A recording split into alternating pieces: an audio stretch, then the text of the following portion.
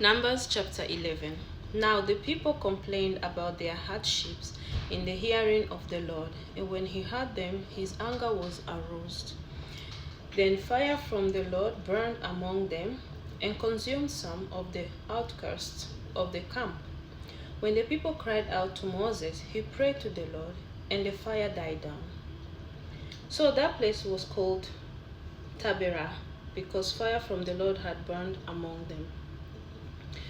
The rabble with them began to crave other food. And again the Israelites started wailing and said, "If only we had meat to eat. We remember the fish we ate in Egypt at no cost. Also the cucumbers, melons, leeks, onions, and garlic. But now we have lost our appetite. We never see anything but this manna." The manna was like coriander seed and looked like resin. The people went around gathering it and then ground it in a hand mill or crushed it in a mortar. They cooked it in a pot or made it into loaves. And it tasted like something made with olive oil. When the dew settled on the camp at night, the manna also came down. Moses heard the people of every family wailing at the entrance to their tents. The Lord became exceedingly angry, and Moses was troubled. He asked the Lord, "Why have you brought this trouble on your servant? What have I done to displease you that you put the burden of all these people on me? Did I conceive all these people? Did I give them birth? Why do you tell me to carry them in my arms as a nurse carries an infant to the land you promised on oath to their ancestors? Where can I get meat for all these people? They keep wailing to me, 'Give us meat to eat.' I cannot carry all these people by myself. The burden is too heavy for me. If this is how you are going to treat me, please go ahead and kill me, if I have found favor in your eyes, and do not let me face my own wrong."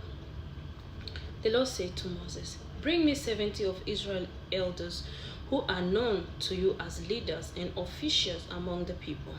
Have them come to the tent of meeting, that they may stand there with you. I will come down and speak with you there, and I will take some of the power of the Spirit that is on you and put it on them. They will share the burden of the people with you so that you will not have to carry it alone.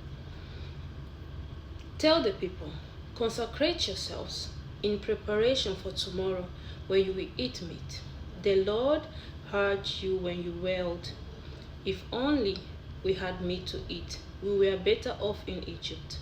Now the Lord will give you meat, and you will eat it. You will not eat it for just 1 day, or 2 days, or 5, 10, or 20 days, but for a whole month, until it comes out of your nostrils and you loathe it, because you have rejected the Lord who is among you, and have wailed before him, saying, 'Why did we ever leave Egypt?'" But Moses said, "Here I am among 600,000 men on foot, and you say, 'I will give them meat to eat for a whole month.' Would they have enough if flocks and herds were slaughtered for them? Would they have enough if all the fish in the sea were caught for them?" The Lord answered Moses, "Is the Lord's arm too short? Now you will see whether or not what I say will come true for you."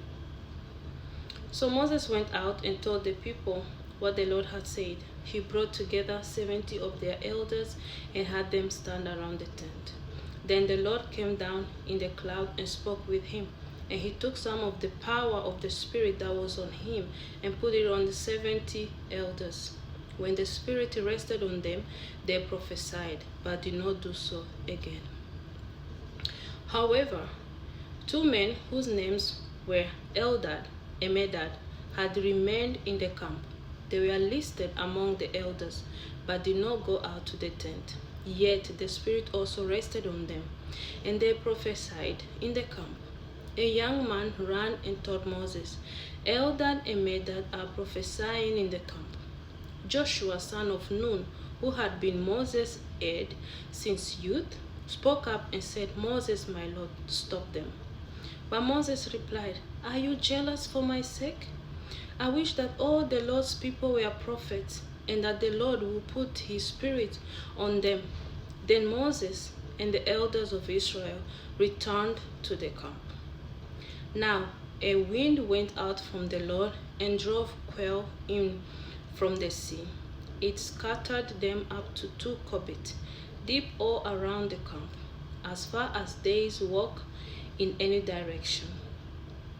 All that day and night and all the next day, the people went out and gathered quail. No one gathered less than 10 homers. Then they spread them out all around the camp. But while the meat was still between their teeth, and before it could be consumed, the anger of the Lord burned against the people, and struck them with the several plagues. Therefore, the place was named Kibroth Hattava, because there they buried the people who had craved other food. From Kibroth Hattava, the people traveled to Hazeroth and stayed there.